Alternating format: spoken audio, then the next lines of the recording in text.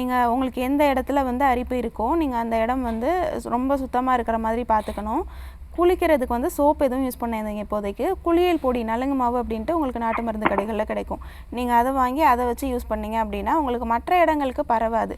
அதுலேருந்து தண்ணி மாதிரி வடியுது பார்த்தீங்களா, அது வந்து மற்ற இடங்களுக்கு பரவுச்சு அப்படின்னா அந்த இடங்கள்லையும் உங்களுக்கு பேச்சஸ் வந்து வரலாம். இப்போதைக்கு நான் சொல்கிற மாதிரி ஒரு மருந்து வந்து ப்ரிப்பேர் பண்ணி வச்சு டெய்லியும் வீட்டில் வந்து எடுத்துக்கோங்க. உங்களுக்கு குப்பை மேனி இலைகள் கிடச்சிது அப்படின்னா அந்த குப்பை மேனியை நல்லா இடித்து சாறு மாதிரி எடுத்துக்கோங்க.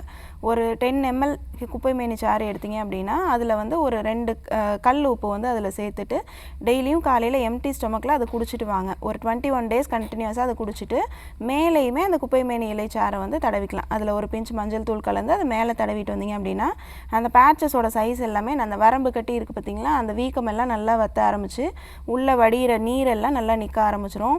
தொடர்ந்து ஒரு 21 days இதை ஃபாலோ பண்ணிட்டு வந்தீங்க அப்படின்னா கண்டிப்பாக ஃபுல்லாகவே சரியாகி கொடுத்துரும்.